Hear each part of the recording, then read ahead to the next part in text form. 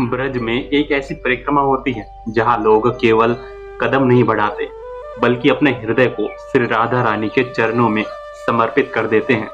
कहते हैं कि इस परिक्रमा के दौरान जब भक्त राधे राधे का नाम लेते हुए आगे बढ़ता है तो बरसाना की धूल भी उसके लिए आशीर्वाद बन जाती है।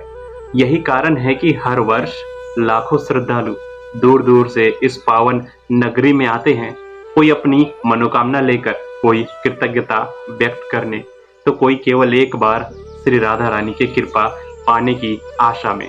लेकिन क्या आपने कभी इस परिक्रमा के पीछे छिपे वास्तविक रहस्य को जानने का प्रयास किया है? आखिर बरसाना की परिक्रमा क्यों की जाती है? इसकी शुरुआत कब हुई और कैसे हुई? क्या ये परंपरा स्वयं द्वापर युग से चली आ रही है या फिर बाद में संतों ने इसे स्थापित किया? बरसाना की चारों पहाड़ियों का क्या रहस्य है और क्यों ब्रज के संत कहते हैं कि जो व्यक्ति सच्चे मन से बरसाना की परिक्रमा कर लेता है वो केवल एक यात्रा पूरी नहीं करता बल्कि श्री राधा रानी की कृपा की छाया में प्रवेश कर जाता है। आइए श्री राधा रानी का स्मरण करते हुए बरसाना की इस पावन परिक्रमा पर चलते हैं। इस यात्रा में हम केवल इतिहास नहीं जानेंगे बल्कि उस प्रेम, उस भक्ति और उस कृपा को समझने का प्रयास करेंगे जिसने सदियों से करोड़ों भक्तों को इस धाम की ओर खींचा है। ब्रज के संत कहते हैं बरसाना को जानना केवल एक स्थान को जानना नहीं बल्कि श्री राधा रानी की करुणा को अनुभव करना है। इसलिए आइए राधे राधे का नाम लेते हुए इस दिव्य यात्रा का शुभारंभ करते हैं। बरसाना ये केवल उत्तर प्रदेश का एक छोटा सा नगर नहीं है। वैष्णव परंपरा में इसे स्वयं श्री राधा रानी की जन्मभूमि और बाल्यकाल की लीला स्थली माना जाता है। ब्रज के संत कहते हैं यदि वृंदावन श्री कृष्ण का हृदय है तो बरसाना उस हृदय की धड़कन। यहाँ का प्रत्येक कण, प्रत्येक गली, प्रत्येक पहाड़ी और प्रत्येक मंदिर श्री राधा के नाम से जुड़ा हुआ है। इसीलिए जब कोई भक्त बरसाना में प्रवेश करता है तो उसका स्वागत किसी सामान्य अभिवादन से नहीं बल्कि केवल एक शब्द से होता है, राधे राधे। बरसाना का प्राचीन नाम बृजभानुपुर बताया जाता है क्योंकि यही वो स्थान माना जाता है जहां बृजभानु महाराज और माता कीर्तिदा का निवास था। ब्रज की लोक परंपरा के अनुसार श्री राधा रानी ने अपना बाल्यकाल यही बिताया और अपनी सखियों के साथ अनेक मधुर लीलाएं की। यद्यपि इन कथाओं का आधार मुख्यतः वैष्णव परंपरा, ब्रज साहित्य और स्थानीय मान्यताओं में मिलता है, फिर भी सदियों से करोड़ों श्रद्धालु इन्हें गहरी श्रद्धा के साथ स्वीकार करते आए हैं। लेकिन अब सबसे बड़ा प्रश्न, परिक्रमा की आवश्यकता ही क्यों पड़ी? सनातन धर्म में परिक्रमा का अर्थ केवल किसी स्थान के चारों ओर घूमना नहीं है। परि अर्थात चारों ओर और क्रम अर्थात चलना, अर्थात श्रद्धा, समर्पण और विनम्रता के साथ किसी पवित्र स्थान की प्रदक्षिणा करना। शास्त्रों में मंदिरों, पर्वतों, तीर्थों और देवस्थानों की परिक्रमा का उल्लेख मिलता है। यही परंपरा आगे चलकर ब्रज के प्रमुख लीला स्थलों वृंदावन, गोवर्धन, नंदगांव और बरसाना की परिक्रमा के रूप में विकसित हुई। ब्रज के संतों का कहना है कि बरसाना की परिक्रमा केवल एक पहाड़ी की परिक्रमा नहीं है, ये उस भूमि के प्रति कृतज्ञता व्यक्त करने का माध्यम है जहां श्री राधा रानी ने अपने बाल्यकाल की लीलाएं की, जहां उनकी सखियों का प्रेम आज भी लोक कथाओं में जीवित है और जहां श्री कृष्ण स्वयं बार बार राधा रानी से मिलने आया करते थे। इसलिए यहाँ चलने वाला प्रत्येक कदम केवल मिट्टी पर नहीं पड़ता बल्कि श्रद्धालु के मन में बसे प्रेम और भक्ति पर भी अपनी छाप छोड़ता है। अब प्रश्न उठता है कि क्या बरसाना की परिक्रमा का उल्लेख सीधे किसी एक शास्त्र में मिलता है? इसका उत्तर थोड़ा सूक्ष्म है। श्रीमद् भागवत महापुराण में ब्रजभूमि की महिमा, श्री कृष्ण की लीलाओं और ब्रजवासियों की भक्ति का विस्तृत वर्णन मिलता है। वही गौड़ीय वैष्णव आचार्यों, ब्रज साहित्य और संत परंपरा में बरसाना सहित संपूर्ण ब्रज मंडल की परिक्रमा का विशेष महत्व बताया गया है। समय के साथ संतों ने इन लीला स्थलों को पुनः पहचान दिलाई और परिक्रमा की परंपरा अधिक व्यवस्थित रूप से स्थापित हुई।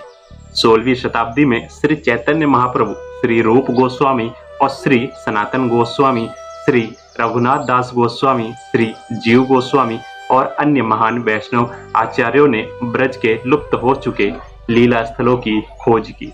उन्होंने बरसाना, नंदगांव, राधा कुंड, गोवर्धन और वृंदावन की महिमा को पुनः संसार के सामने प्रकट किया। इन्हीं संतों के प्रयासों से बरसाना की परिक्रमा भी भक्तों के बीच में व्यापक रूप से प्रसिद्ध हुई और आज तक निरंतर चली आ रही है। लेकिन बरसाना की परिक्रमा का महत्व केवल इसके इतिहास तक सीमित नहीं है। इस परिक्रमा का सबसे बड़ा रहस्य इसके मार्ग में छिपा है। बरसाना की चारों पहाड़ियां केवल प्राकृतिक पर्वत नहीं मानी जाती, बल्कि ब्रज की प्राचीन परंपरा में इन्हें दिव्य प्रतीकों के रूप में देखा जाता है। इन्हीं पहाड़ियों के बीच से होकर ये परिक्रमा आगे बढ़ती है और हर पड़ाव श्री राधा रानी की किसी न किसी मधुर लीला की याद दिलाता है। अब आइए इन्हीं दिव्य स्थलों की ओर चलते हैं और एक एक करके उनकी महिमा को समझते हैं। बरसाना की परिक्रमा को समझने के लिए सबसे पहले बरसाना की उन 4 पहाड़ियों को समझना आवश्यक है जिनके चारों ओर ये परिक्रमा की जाती है। ब्रज की प्राचीन परंपरा के अनुसार ये चारों पहाड़ियां साधारण पर्वत नहीं है। इन्हें स्वयं ब्रह्मा जी के 4 मुखों का प्रतीक माना जाता है। इन्हीं 4 शिखरों पर समय के साथ श्री राधा रानी की लीलाओं से जुड़े अनेक दिव्य स्थल स्थापित हुए, जिनकी महिमा आज भी करोड़ों श्रद्धालुओं के हृदय में जीवित है। इन 4 पहाड़ियों के नाम हैं दानगढ़, मानगढ़, विशालगढ़ और मोरकुटी। प्रत्येक पहाड़ी अपने भीतर एक अलग लीला, एक अलग संदेश और एक अलग आध्यात्मिक अनुभव समेटे हुए है। इनमें सबसे पहले आता है दानगढ़। ब्रज की लोक परंपरा के अनुसार यही वो स्थान है जहाँ श्री कृष्ण अपनी सखाओं के साथ मार्ग में खड़े होकर श्री राधा रानी और उनकी सखियों से दही, माखन और दूध ले जाते समय हंसी हंसी में दान मांगा करते थे। इसी प्रसंग को दान लीला के नाम से जाना जाता है। देखने में यह केवल एक मधुर हास्य परिहास प्रतीत होता है, लेकिन वैष्णवाचार्य बताते हैं कि इसका आध्यात्मिक अर्थ कहीं अधिक गहरा है। श्री कृष्ण यहाँ वस्तुओं का दान नहीं मांगते, बल्कि भक्त के भीतर छिपे अहंकार, अभिमान और ममता का दान मांगते हैं। जब तक मनुष्य अपना अहंकार भगवान के चरणों में समर्पित नहीं करता, तब तक सच्ची भक्ति का मार्ग नहीं खुलता। इसके बाद आती है मानगढ़। मान का अर्थ है प्रेम पूर्वक रूठना। ब्रज साहित्य में अनेक प्रसंग मिलते हैं जब किसी छोटी सी बात पर श्री राधा रानी श्री कृष्ण से रूठ जाती थी और श्री कृष्ण उन्हें मनाने के लिए अनेक मधुर प्रयास करते थे। ब्रज की मान्यता है कि मानगढ़ वही स्थान है जहां ऐसी अनेक दिव्य लीलाएं हुई। इसलिए ये पहाड़ी केवल एक स्थान नहीं, बल्कि प्रेम की उस अवस्था का प्रतीक है जहां रूठना भी प्रेम होता है और मनाना भी प्रेम होता है। ब्रज के संत कहते हैं कि संसार का रूठना मन को दूर करता है, लेकिन श्री राधा का मान श्री कृष्ण को और अधिक निकट ले आता है। तीसरी पहाड़ी है विशालगढ़। ब्रज परंपरा में इसे श्री राधा और श्री कृष्ण की मधुर विहार लीलाओं का स्थान माना जाता है। कहा जाता है कि यहाँ सखियों के साथ अनेक हास्य, विनोद और प्रेममयी लीलाएं संपन्न हुई। यही कारण है कि इस स्थान का वातावरण आज भी अत्यंत शांत और भक्तिमय अनुभव होता है। यहाँ आने वाले अनेक श्रद्धालु उस समय मौन बैठकर केवल राधे राधे का जप करते हैं और अपने भीतर एक अनोखी शांति का अनुभव करते हैं। चौथी और अंतिम पहाड़ी है मोरकुटी। इसका संबंध ब्रज की एक अत्यंत मनमोहक लोक कथा से जोड़ा जाता है। कहा जाता है कि वर्षा ऋतु में जब आकाश में बादल छा जाते हैं और चारों ओर मोर नृत्य करने लगते हैं, तब श्री राधा और श्री कृष्ण भी मोरों के समान नृत्य कर ब्रजवासियों को आनंदित करते थे। इसी स्मृति में इस स्थान का नाम मोरकुटी पड़ा। आज भी वर्षा के दिनों में बरसाना के आसपास मोरों की मधुर पुकार सुनाई देती है और श्रद्धालु उस दिव्य वातावरण में स्वयं को द्वापर युग के अत्यंत निकट अनुभव करते हैं। जब कोई श्रद्धालु बरसाना की परिक्रमा करता है तो वो केवल इन 4 पहाड़ियों के चारों ओर नहीं चलता, बल्कि वो श्री राधा रानी के प्रेम, करुणा, मान, माधुर्य और दिव्य लीलाओं की स्मृति के बीच से होकर गुजरता है। शायद यही कारण है कि ब्रजवासी कहते हैं, बरसाना की परिक्रमा पैरों से नहीं, हृदय से की जाती है। यहाँ चलने वाला प्रत्येक कदम केवल दूरी तय नहीं करता, बल्कि मनुष्य को भगवान के प्रेम के और निकट ले जाता है। इसी परिक्रमा मार्ग पर अनेक ऐसे पवित्र स्थल भी आते हैं जिनका संबंध सीधे श्री राधा रानी के जीवन और ब्रज की अमूल्य परंपराओं से है। लाडली जी मंदिर, संकरी खोर, प्रेम सरोवर, कीर्ति मंदिर और मान मंदिर जैसे स्थान इस यात्रा को केवल ऐतिहासिक नहीं बल्कि आध्यात्मिक अनुभव बना देते हैं। इन्हीं पवित्र स्थलों की महिमा ने बरसाना परिक्रमा को पूरे ब्रजमंडल की सबसे भावपूर्ण यात्राओं में स्थान दिलाया है। बरसाना की परिक्रमा केवल लीला स्थलों के दर्शन तक सीमित नहीं है, इसके पीछे एक गहरा आध्यात्मिक संदेश भी छिपा है। ब्रज के संत कहते हैं कि जिस प्रकार कोई व्यक्ति अपने सबसे प्रिय के चारों ओर प्रेम पूर्वक घूमता है, उसी प्रकार परिक्रमा भी भगवान और उनकी शक्ति के प्रति पूर्ण समर्पण का प्रतीक है। बरसाना में ये समर्पण श्री राधा रानी के चरणों में व्यक्त किया जाता है। इसीलिए यह आने वाला अधिकांश भक्त परिक्रमा की शुरुआत लाडली जी के दर्शन से करते हैं और अंत में भी इन्हीं के चारों ओर प्रणाम करके अपनी यात्रा पूर्ण मानते हैं। परिक्रमा का मार्ग लगभग 7 से 8 किलोमीटर लंबा माना जाता है। अलग अलग परंपराओं और मार्गों के अनुसार इसकी दूरी में थोड़ा अंतर हो सकता है, लेकिन सामान्यतः श्रद्धालु इसे 2 से 3 घंटे में पूर्ण कर लेते हैं। यदि मार्ग में आने वाली सभी प्रमुख मंदिरों, कुंडों और लीला स्थलों पर रुककर दर्शन किए जाए तो ये यात्रा 4 से 5 घंटे तक भी चल सकती है। ब्रजवासी सलाह देते हैं कि परिक्रमा प्रातःकाल या सायकाल के समय की जाए, जब वातावरण शांत होता है और ब्रज की प्राकृतिक सुंदरता अपने चरम पर होती है। बरसाना परिक्रमा की सबसे सुंदर विशेषता यह है कि यहाँ केवल मनुष्य ही नहीं बल्कि पूरा वातावरण भक्ति में डूबा हुआ प्रतीत होता है।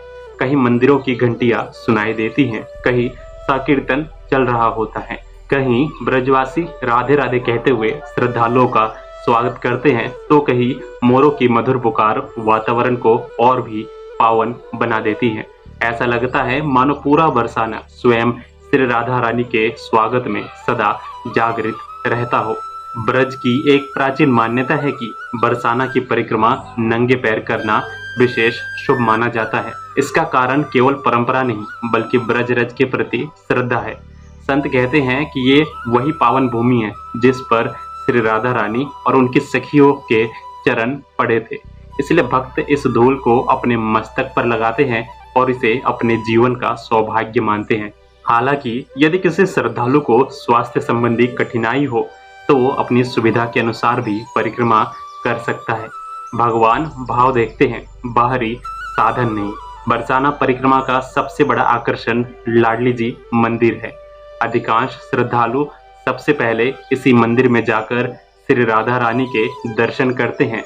इसके बाद मान मंदिर, दान बिहारी मंदिर, संकरी खोर, मोरकुटी, प्रेम सरोवर और अन्य पवित्र स्थलों के दर्शन करते हुए पूरी परिक्रमा संपन्न करते हैं। प्रत्येक स्थान की अपनी अलग कथा है और प्रत्येक कथा श्री राधा कृष्ण के दिव्य प्रेम की मधुरता को और गहराई से अनुभव कराती है।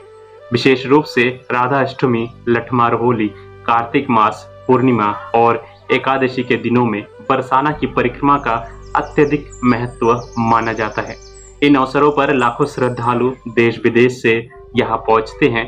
पूरा बरसाना भजन, संकीर्तन और जयघोष से गूंज उठता है। ऐसा प्रतीत होता है मानो पूरा ब्रज एक विशाल मंदिर बन गया हो और प्रत्येक श्रद्धालु उस आराधना का एक हिस्सा हो। लेकिन एक बात हमेशा याद रखनी चाहिए, बरसाना की परिक्रमा का फल केवल चलने से नहीं मिलता बल्कि उस भाव से मिलता है जिसके साथ भक्त ये यात्रा करता है। यदि मन में अहंकार, दिखावा या केवल पर्यटन का भाव हो तो परिक्रमा केवल एक पैदल यात्रा बनकर रह जाती है। लेकिन यदि हृदय में प्रेम, श्रद्धा और श्री राधा रानी के प्रति समर्पण हो तो यही यात्रा साधना बन जाती है। ब्रज के रसिक संत कहते हैं कि बरसाना की राह पैरों से नहीं, प्रेम से तय होती है। यही कारण है कि सदियों बीत जाने के बाद भी बरसाना की परिक्रमा की परंपरा आज भी उतनी ही जीवंत है। न राजाओं के बदलने से ये रुकी, न समय के परिवर्तन से इसका महत्व कम हुआ। पीढ़ी दर पीढ़ी भक्त इसी विश्वास के साथ बरसाना आते हैं कि यदि श्री राधा रानी की कृपा मिल जाए तो जीवन की सबसे बड़ी प्राप्ति हो जाती है। बरसाना की परिक्रमा केवल कुछ किलोमीटर की यात्रा नहीं, ये उस दिव्य प्रेम की परिक्रमा है जहाँ हर कदम श्री राधा रानी की करुणा, माधुर्य और भक्ति का स्मरण कराता है।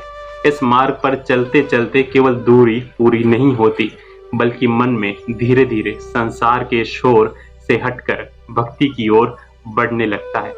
शायद यही कारण है कि सदियों से संत महात्मा और लाखों श्रद्धालु इस परंपरा को श्रद्धा के साथ निभाते आ रहे हैं। यदि कभी आपको भी बरसाना आने का सौभाग्य मिले तो इस परिक्रमा को केवल एक धार्मिक परंपरा समझकर मत कीजिए। हर कदम पर श्री राधा रानी का स्मरण कीजिए, ब्रजरज को प्रणाम कीजिए और अपने मन को उनके चरणों में समर्पित कर दीजिए, क्योंकि परिक्रमा का वास्तविक फल केवल पैरों से चलने से नहीं, बल्कि हृदय में प्रेम और समर्पण जगने में है।